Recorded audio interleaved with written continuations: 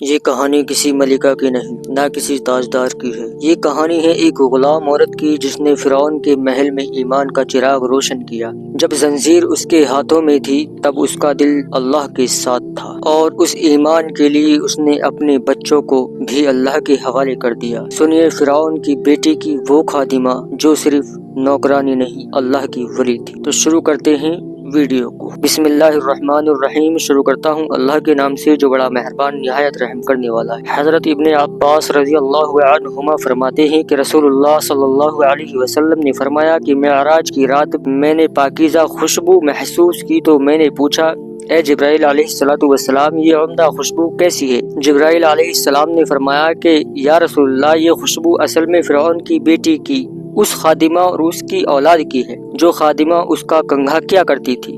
میں نے اس کا حال پوچھا تو جبرائیل علیہ السلام نے فرمایا کہ ایک دن وہ بیٹی فرعون کی بیٹی کے کنگھا کر رہی تھی کہ اس کے ہاتھ سے اچانک کنگھا گر گیا اور اس نے کہا بسم اللہ۔ فرعون کی بیٹی نے کہا کہ کیا یہ میرا باپ مراد ہے؟ اس نے کہا کہ نہیں، بلکہ وہ اللہ جو میرا بھی اور تیرا بھی بلکہ تیرے باپ کا بھی رب ہے۔ فرعون کی بیٹی نے کہا کہ کیا میرے باپ کے سوا بھی تیرا کوئی رب ہے؟ اس نے کہا کہ ہاں۔ فرعون کی بیٹی نے کہا کہ میں یہ بات اپنے باپ کو بتاؤں گی۔ اس نے کہا کہ ٹھیک ہے، جاؤ بتا دو۔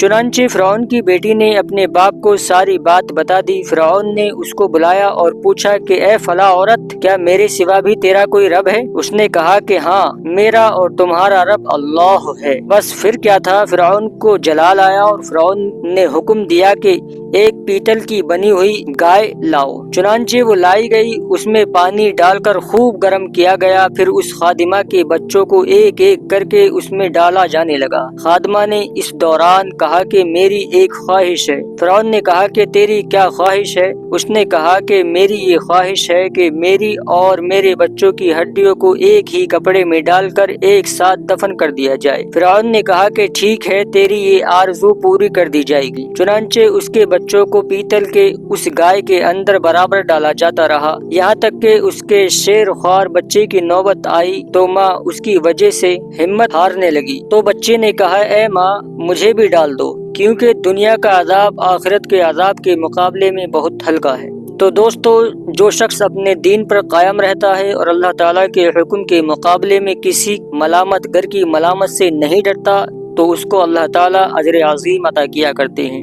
تو پیارے دوستو، یہ واقعہ، یہ کہانی، یہ قصہ یہیں تک تھا۔ اگر آپ کو قصہ، کہانی، واقعہ پسند آیا ہو تو ہمارے چینل کو سبسکرائب لازم کریں اور ویڈیو کو لائک ضرور کر دیں۔ سانسوں نے وفا کی اور زندگی رہی تو ملوں گا ایک اور ویڈیو لے کر، تب تک کے لیے اجازت دیجیے اور آپ اپنا خیال رکھیے۔ خدا حافظ۔